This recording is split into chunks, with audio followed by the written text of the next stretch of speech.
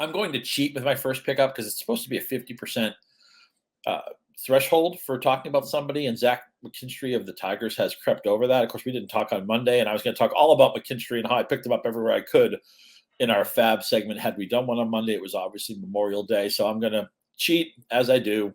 Hopefully, the baseball Rob Manfred won't throw a suspension at me for cheating because he is over 50%. But what do you get from McKinstry? Right, 4 positions of eligibility. He's batting leadoff just about every day for the Tigers. He's already scored a run, hit a run prop on McKinstry on Wednesday afternoon.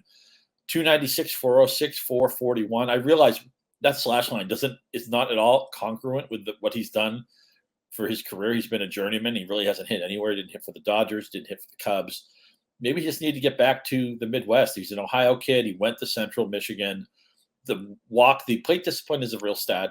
Is a real skill that he has. He's running like crazy. He's not powerless. He's hit a handful of home runs. And I love the 4 positions of eligibility. Yeah, yes. Has he pushed over 50%? Yes. Is there no floor here? Absolutely, because the guy's got no track record really until this season. But I think he should go up to 70, 80%. And I would not be at all surprised if he bats leadoff for this team the rest of the season. I mean, I could see that too, just with the talent pool there. So, yeah, I like the volume at the top. Multi-position eligibility is nice. Riley Green is hurt on the Tigers now. I think it's a fibula injury, right? Sounds a fracture, hairline fracture in the fibula. So that could be a little while. So that might help the case for playing time too. So that's unfortunate, but potentially working in his favor. I'm actually going to cheat with my next pick too and say Adam Duvall. So he's already rostered more than 50% of Yahoo leagues, but maybe somebody you forgot about a little bit.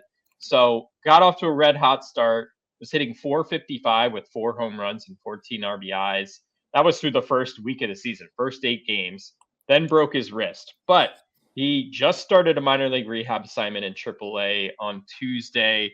He's not eligible to return from the 60-day IL until June 9th. So you're going to have to wait week 10 days, a week and a half or so before he'll be eligible to return. But I would think he'll be ready right at that time and has the chance to mash.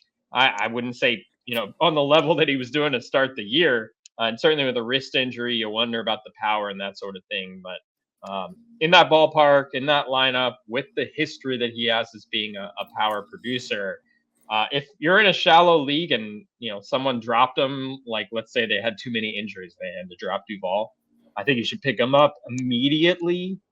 Stash him if you have an open IL spot because he has a chance to be a good value the rest of the way.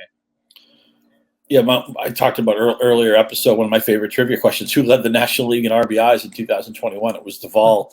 A very screen season because he split it between Miami and Atlanta, drove in 68 runs for the Marlins and 45 with the Braves. He's had a 33 homer season before. He's gone over 100 RBIs a couple different times. He had 99 RBI season with the Reds too. You plunk him into Fenway Park. I don't need to sell anybody on that. So if he's healthy, I know his career average is 233. You have to manage expectations on that. But, I mean, a healthy Duvall is a 30-100 guy right out of the box.